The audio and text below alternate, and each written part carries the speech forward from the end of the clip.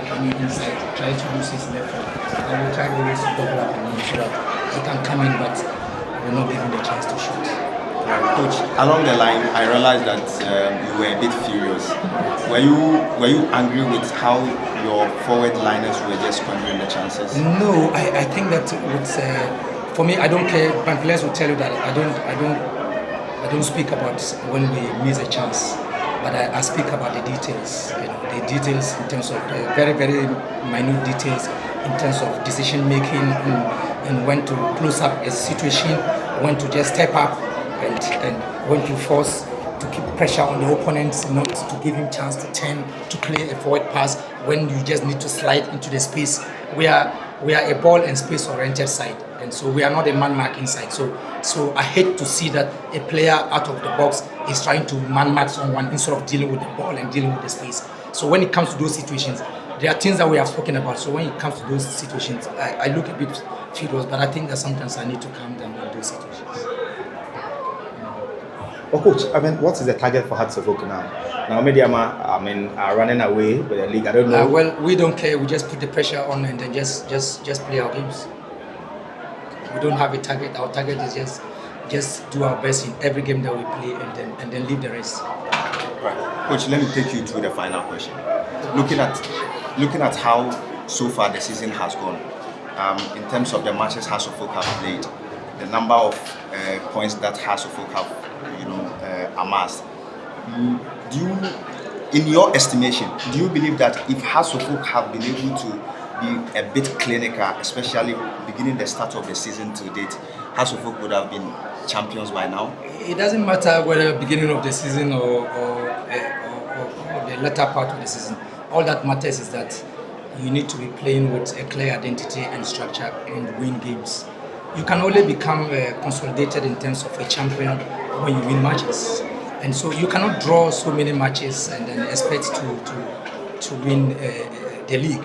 You have to win matches. And so for me, we need to be consistent. And this is not the first time I'm speaking about this. We need to be consistent, and that will make you more sustainable. And so when you are consistent in winning games, of course, yes, then the outcome is that you are going to be a champion. And so I think that we've not been very consistent enough in terms of winning trade. I think that when we are able to, and I know that team building is a process, it needs time, and so we will compete. We'll continue to compete, and then we will continue to do our very best in terms of how we want to play our game, and we will try to win every game that we play. For us, every game, I personally don't have an away game or a home game. I don't. Any game at all, any game that we play, our idea is that we will try to win, but we will try to keep our identity. We don't just want to just go into a game and then just play anyhow and then try to win. We try to play our way of what we think the game is, and then we try to win. Sometimes we will win, sometimes we'll draw, and sometimes we'll lose. Those ones are very obvious. But I don't put blame on anyone when we don't win. My players know what my expectations. I set standards. I don't set levels. I set standards, and I expect even the players to set higher standards. Please, we are taking a last question. Last.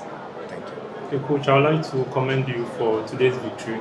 The last time you played against Vision FC, I was at the stadium, and your performance was okay, but you lost the game at the dying embers of the game. The notion out there is that you are a defensive coach. I would like you to react to that statement, because having watched most of your matches, you tend to start the game with a 3-back. Sometimes when the game is going on, there is a tactical variation. I see 5-3-2 when you are on offense. I see 3-4-3. What is your take on that statement that you were a defensive coach? Because this season you've not scored a lot of goals as well. What do you think? I don't think there's a coach that is tagged defensive or offensive. It's the game evolution that gives you the chance, because you don't have the ball. It's kickoff. The opponent has the ball. Will you just move your whole team coming forward? I ask the question. Will you move your whole team coming forward? you don't have the ball. Now you have the ball. Will you say that no, we have the ball, let's go and then wait for the opponent?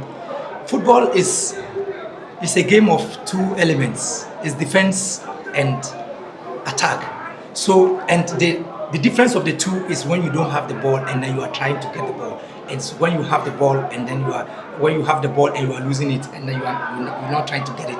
So that transitional moment is where the difference comes. How you react in these situations when you don't have the ball and now you want to have it, and when you have the ball and now you lose the ball and then you are transitioning into defending. That is the difference. So every team cannot do one part. If you do one part, okay, you score 10 and then you concede 11. At the end of the day, you can't win a game. So sometimes we need a half goal to get the 3 points we don't get. I think that every coach falls within the two. There's no coach who is a defensive coach or a coach who is oriented on offense. You cannot train like that. You have to train on two elements. My players, if you have the chance of speaking with my players, they will tell you that when I'm doing finishing, everybody is part of it. Everybody is part of it. Because today, how many defenders got into the finishing third? Very few got there. Emmanuel Amankwa got there. So you can get there. When you get there, you are no more a defensive player. You are an offensive player. And then when we are defending also, my attacker cannot stay. He has to defend.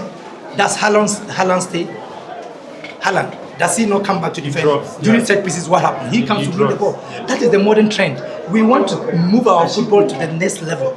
So we should move away from the notion that someone is defensive and but you know what I've done, in the past, right? Seydou Bansing, Kofinti Boachi, Ransom Ose, Azibuachi, we don't know scoring. They were scoring. So we deal with what we have, and we are in a league and it's competitive. If we're not winning games, we would have been languishing around those who are struggling, to escape relegation. But I think that sometimes in a league form, sometimes you need a half goal to get 3 points. Sometimes you don't get it. And so when we get 1 point, you have a goal and then you have 3 points, I think it's massive. Home matches, if we're getting one goal, and then amassing our 3 points, I think that we would have amassed more points than all the teams. But you see that we are not crying over it. My players will tell you, I don't even speak about the chance we missed. I don't.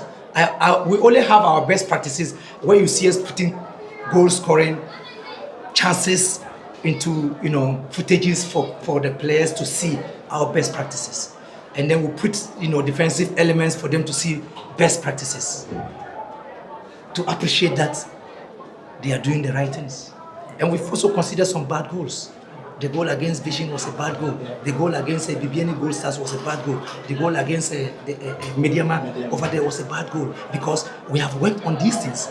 And so that is where you find me to be furious, to charge on my key players on the part of irresponsibility. Because that is where I want them to. That's why I set higher standards and even expect more from them. Coach, thank you very much.